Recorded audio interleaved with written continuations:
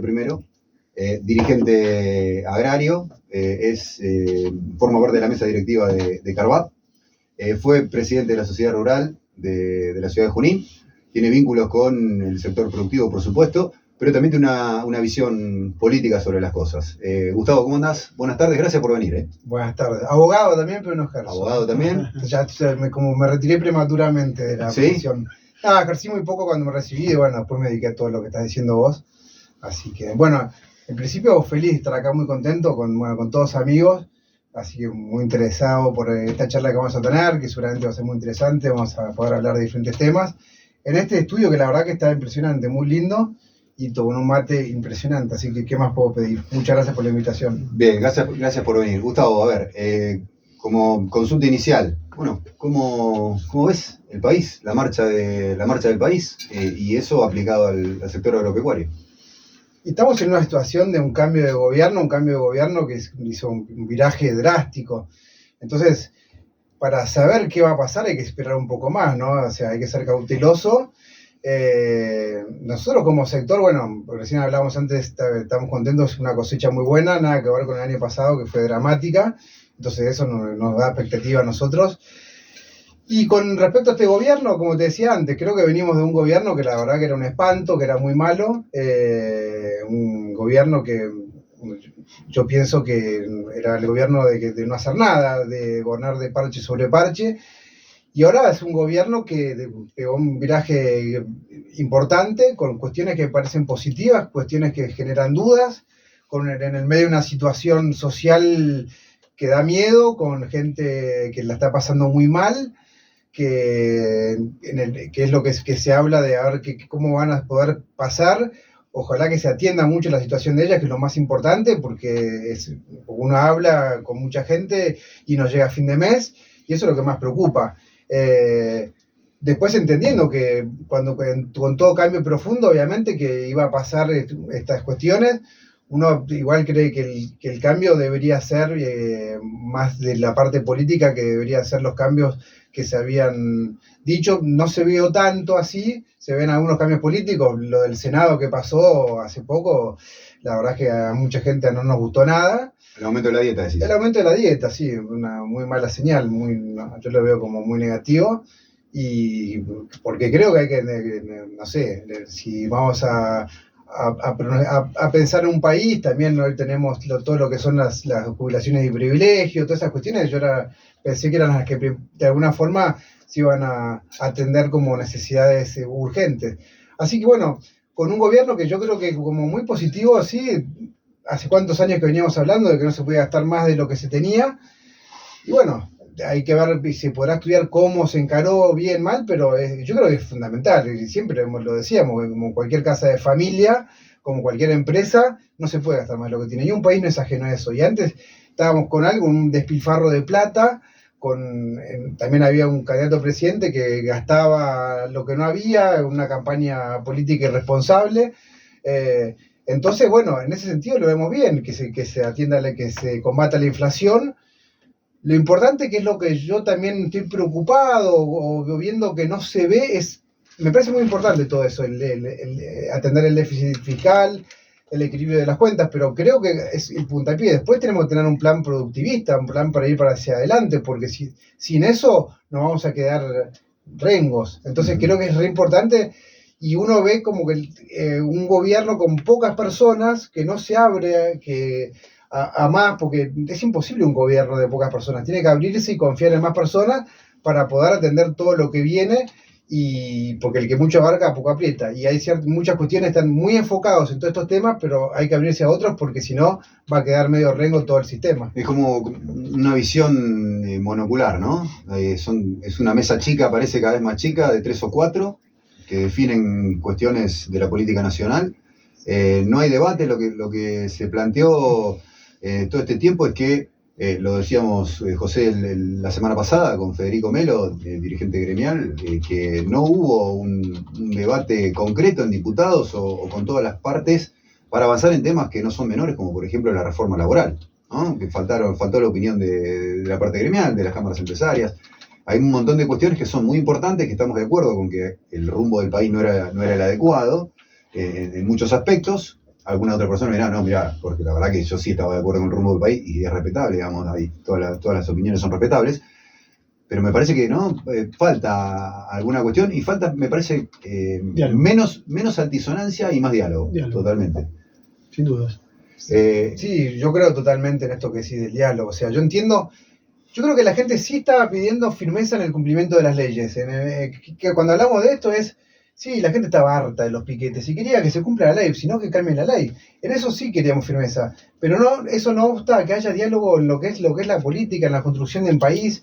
No se puede, sino es pasar de un modelo de la que teníamos a Cristina, que no había nada de diálogo, a pasar a Milei, que también es como que el que no piensa distinto está equivocado, y eso no está bueno. Está bueno que haya firmeza en el cumplimiento de la ley, como el ejemplo que acabo de dar, pero como decías vos, Jorge, recién, yo me tocó asistir a los plenarios cuando fue diputados, y la verdad que por un lado está bueno esto de ir para adelante, con fuerza, con muchas leyes, con todo. Tuvimos un año totalmente inactivo en diputados, ni hablar. Yo me toca por mi representación gremial la provincia de Buenos Aires, la legislatura del año pasado no existió, durmieron todo el año, creo que tuvieron una sesión hasta el presupuesto, es increíble, que una vez se hablaba con ellos, decían, no, pues estamos en elecciones. ¿Y qué tiene que ver que haya elecciones? ¿Y ellos cuál es el problema? No se los elegía a ellos. La verdad que eso era una irresponsabilidad total, y bueno, este año ya está cambiado. Entonces lo que te quiero decir es que yo me tocó asistir y por ahí hablaba de campo y de golpe hablaba uno de otro tema totalmente diferente y de otro pasábamos a otro tema. No parecía muy serio eso en ese sentido. Me parece que está bueno esto de trabajar, de buscar, pero cada cosa lleva su tiempo también. Tampoco podemos de golpe cambiar todo de un plomazo. Me parece que entonces... Y con respecto a lo que te hablaba antes, sí, nosotros por ejemplo vemos que tenemos un secretario de Agricultura con el que yo tengo un buen trato y he hablado mucho, que la verdad que es una persona que está bien preparada, que conoce los temas, pero no pareciera que pueda tener la potestad para llevar adelante, porque hoy por hoy es como que está todo concentrado en el ministro de Economía, y eso es lo que yo te decía antes, es imposible que un ministro de Economía pueda también manejar todos los temas del campo. Entonces es importante que no tenemos más ministerio, que al secretario de Agricultura se le dé la potestad y la fuerza para poder llevar a cabo los cambios que son muy importantes en lo que hace nuestro sector también. Y sí, hasta si se ponen, a ver, el sistema ferroviario depende de economía hoy, ¿no?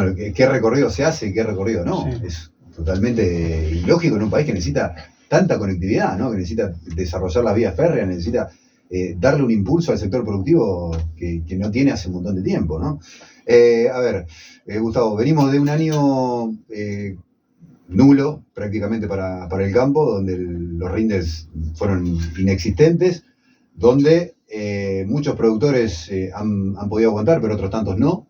Bueno, ¿cuál es la realidad hoy? ¿Se está terminando vos nos corregirás, se está terminando de cosechar la gruesa o faltan algunos lotes? ¿Cómo es el panorama? Sí, la verdad que yo estoy hasta sorprendido de eso. Yo creo que el productor tiene algo que el productor argentino es muy admirable.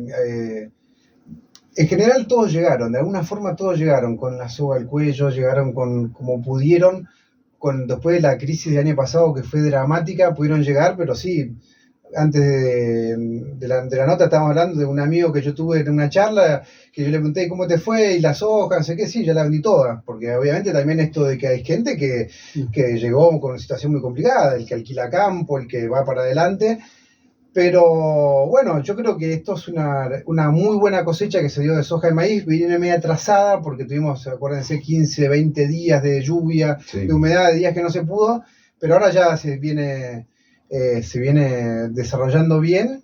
En Junín es muy buena la cosecha. En otros lugares hubo gran preocupación con lo que pasó en el norte, con la chicharrita del maíz, que hizo que hoy obviamente el rinde sea menor. Y bueno, ya afrontando una campaña nueva de trigo, donde es un poco lo que yo te decía antes, Jorge. Me parece que es importante que entiendan, hoy por hoy está difícil los números. El FADA, que es alguien que da los números, hoy tenemos el 65% de lo que es la inversión en una actividad se va en gastos del Estado, en impuestos. Sí, hay un informe muy interesante de FADA, sí, Gustavo, que dice de cada litro de leche te tomás un vaso de impuestos. Exactamente. Sí, según la actividad. Según la actividad. Y Gustavo, ¿qué te iba a decir? Bueno, primero que me sorprende gratamente que haya sido mejor la cosecha, porque si en un momento se dijo que iba a ser buena, pero que no iba a ser tan buena. Ahora me está contando que fue buenísima, bárbaro. Pero la realidad se viene ahora, digamos, ¿no? Están los que por necesidad han liquidado su stock o su cosecha. El resto, con este dólar y con la visión de lo que se viene, ¿no? Porque con un crawling peg o con una devaluación administrada del 2%, que está duro, caputo con eso, a ustedes no está atrasado para vender su stock o su cosecha, porque me parece, digamos, desde el punto de vista del dólar en sí, ¿ustedes conviene este dólar o van a ir por un dólar soja como en su momento fue con Massa? no, claramente eso seguro que no. Nosotros no queremos, además, lo que no queremos es más intervenciones en el mercado. Nos parece que es un desastre la intervención en el mercado. Lo que claramente, como concepto, me parece bien lo que está planteando Milei, que es la desregulización de la economía. Nos vemos bien. Ahora, nuestra actividad, lo vemos o no lo vemos mucho. Como bien decís, hoy por hoy tenemos el tema de dólares, una devaluación en dólares. Estamos, hay inflación en dólares. Hay inflación en dólares. Hoy estamos hablando uno habla de los temas de los alquileres de los departamentos en Junín, que vamos a cambiar un ratito de actividad y hoy están en dólares altos. Hasta hace poco el país era comparado con cualquier otro país era barato en dólares. Hoy en muchas cuestiones, sin ir más lejos, cuando fue el último fin de semana largo, la cantidad de gente que se fue a Chile ya cambió. Entonces tenemos, y bueno, es un poco lo que vemos que, bueno, un gobierno que en sí, si bien estuvo acertado, había una brecha cambiaria elevadísima, pero las retenciones es un impuesto ridículo, que ya le hemos hablado 1000 veces, que tiene que desaparecer, y que estaría bueno que como ejemplo, por ejemplo, en el trigo, hablando de FADA, en un momento se planteaba una rentabilidad nula, donde mejoró un poco la rentabilidad porque bajaron bastante los precios de los fertilizantes, pero si no, se iba a un escenario que no se iba a sembrar trigo. Entonces, Milei también subió el impuesto país, que eso también nos trajo problemas.